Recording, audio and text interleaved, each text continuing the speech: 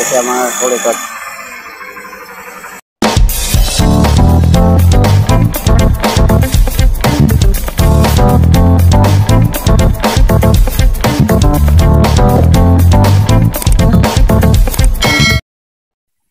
Good morning. Gago! Good afternoon pala mga kulikot. Ngayong araw na to is may ayusin naman tayong motor. Kasi yung voltmeter niya is hindi na gumagana. So nung ni-check ko mga kulikot, putol pala siya. Yan, nalagay ko na. Yan. Nalagay ko na yung positive ang putol. Yung negative niya is okay pa. Yun sa ilalim. Yan.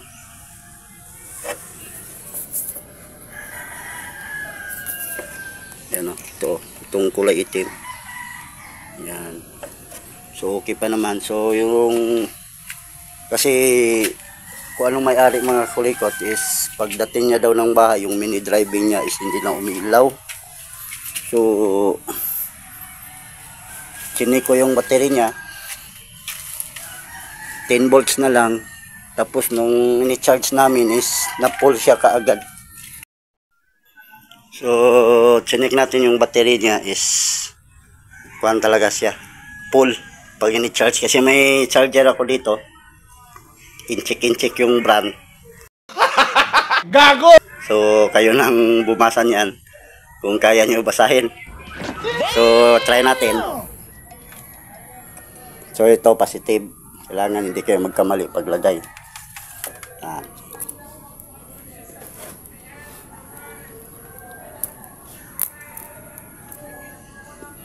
So yan is 12 siya, kanina 10 yan siya. Yan. So charge natin 12.8. Charge natin, dapat magtatakbo yan ko niya kung mag-charge. Kasi yung battery niya is hindi na tumatanggap ng charging. So full na siya kaagad mga kulikot. 13 na siya. Yan o. 13 na kaagad. So hindi tumatakbo yung kuha niya, yung charging niya. So ibig sabihin yan is pag nagdi-discharge na ito na battery, kasi wala nang battery solution. So yung may-ari is pinabili ko ng battery para okay na yung motor niya. So ganun lang mga kulikot, mag-troubleshoot. So tinistiran ko yan kanina mga kulikot is 10 point something ganyan, 10 volts. So nung i-charge ko, napuno kaagad. So ibig sabihin yan, isira na yung motor, ay yung battery.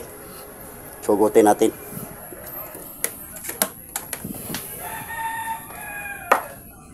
Kasi pag sira kasi yung battery mga kulikot, taka kayo, akala nyo yung motor nyo is hindi na nagcha-charge. So yung CB yung inayos natin. Dati ko rin itong customer mga kulikot, grounded dito ng motor. So galing na ito ng ibang shop. Pinalitan nila ng kuan, yung original CDI. Pero matagal-tagal ko na ito naayos, 2018 yata. Hanggang ngayon buhay pa. Oh my God! Wow! So kasi grounded dito siya. Ito yung tinanggal ko sa kanya mga kulikot. Ito yung sakit ng CB. Yan, yung sakit niyan. Basta maka-encounter kayo ng CB mga kulikot, pag grounded, ito na ang hugutin nyo. Yan. At saka yung pangalawang bisis na ako nakatira ng ganito mga kulikot, grounded din. CB rin, CB na 125. So ngayon is okay na siya. 2018 ko ito inayos. So sinabihan ko yung may-ari, nasasakan niya kung dadalhin niya sa iba, kung ibabalik niya sa akin. So sabi niya is tested na daw sa akin eh. So dito niya, hindi niya ito pinapagalaw ng iba, kaya baka mabalik itong sakit na ito. So babalik naman yung sakit ng motor niya na nasusunog yung mga CDI. At saka yung CDI niya binili 28, yung original 2850 yata yung original ito mga kulikot.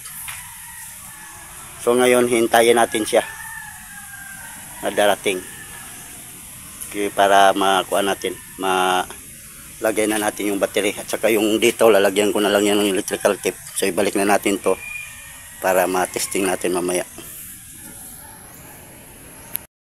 Ito na yung battery, dumating ng mga kulikot. So, papalitan natin. So, testera natin mamaya kung ilang volts yung charging ng motor niya.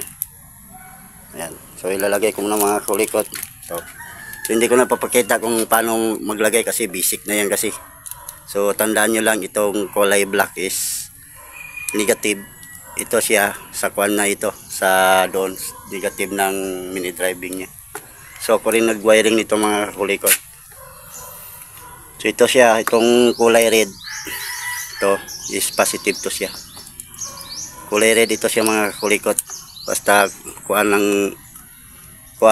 ng Honda, yung sa battery, ang color coding niya is kulay red. Then sa Kawasaki naman is kulay white. So, yung Yamaha red at saka yung Suzuki red din. Basta yung direct ng battery mga kulikot na color coding na wire. A few minutes later. So nalagay na natin yung mga kulikot, yung battery niya. Yan. So yung sa voltmeter niya is naayos na din natin. Ito lang yung wire niya. So 14.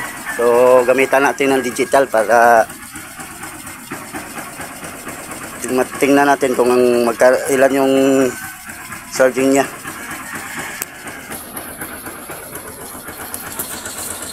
Kasi pag sa kuwan kasi sa kuwan tayo mga kulikot sa voltmeter is hindi yan siya accurate.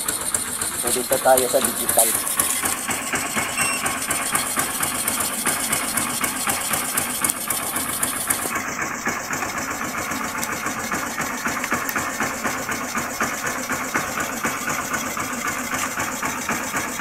Baliktad pala, sorry. Kaya pala ini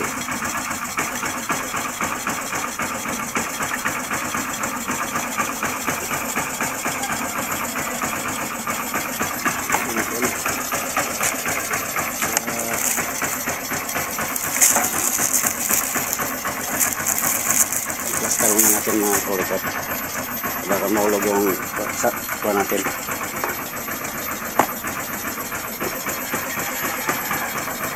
Yan, so 14 na siya mga kulikot, revolution natin. Kung nag-overcharge ba siya.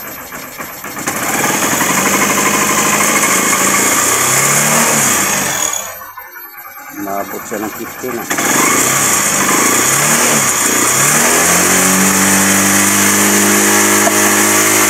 Kaya siya mga kulikot, okay pa. Okay pa siya. Kasi 15. So, hindi na siya tumaas mga kulikot. Hanggang 15 lang.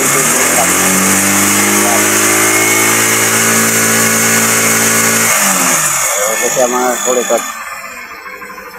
So, hindi pa nag-overcharge yung motor niya. Kasi hindi pa umaabot ng 16. So, kasi nakadesign ito mga kulikot is full wave. Yung nakadesign na stator niya. So, sana may natutunan kayo sa video na ginawa ko ngayon mga kulikot. Kung hindi nyo naintindihan, balik-balikan na lang. So, hanggang dito na lang. And don't forget to subscribe my channel, Linda Kulikot.